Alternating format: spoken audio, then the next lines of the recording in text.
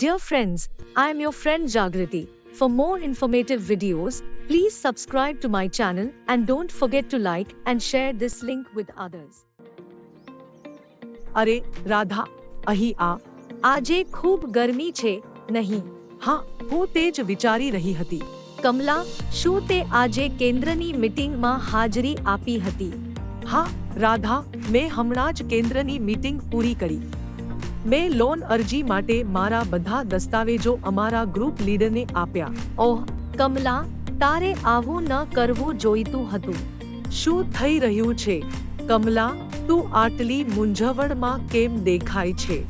લક્ષ્મી, મેં મારા દસ્તાવેજો ગ્રુપ લીડરને આપ્યા, પણ રાધા કહે છે કે તે કરવું યોગ્ય નથી. રાધા સાચી વાત કહે છે. તમારે ક્યારેય તમારા દસ્તાવેજો ગ્રુપ લીડરને ન આપવા જોઈએ.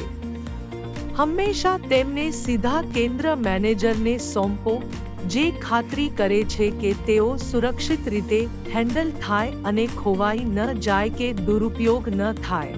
પણ શું ગ્રુપ લીડર તેમને સબમિટ નહીં કરે? હા, પણ જો તમારા દસ્તાવેજો ખોવાઈ જાય અથવા ખોટા હાથમાં આવી જાય તો શું? કોઈ તમારી જાણ વગર તમારા નામે લોન લેવા માટે તેનો દુરુપયોગ કરી શકે છે. બીજા ગામની એક મહિલા સાથે પણ આવું જ બન્યું હતું.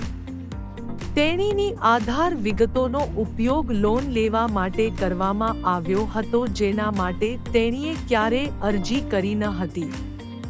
તેણીને ત્યારે જ ખબર પડી જ્યારે તેની ચૂકવણીના રિમાઇન્ડર મળવા લાગ્યા.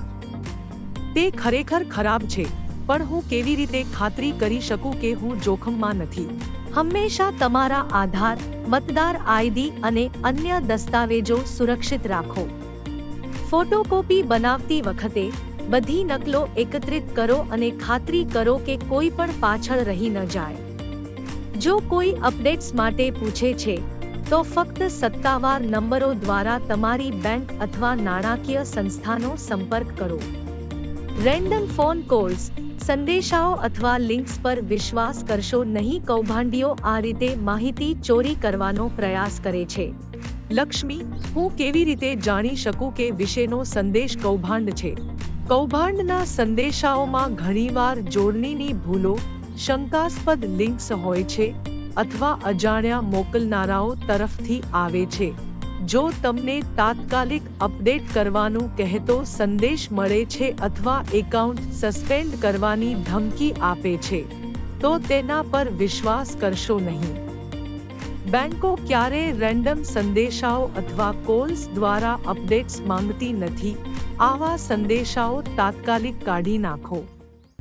તમે ફરિયાદ નોંધાવવા માટે સાયબર ક્રાઇમ હેલ્પલાઇન 1930 પર અથવા cybercrime.gov.in પર પણ છેતરપિંડીની જાણ કરી શકો છો.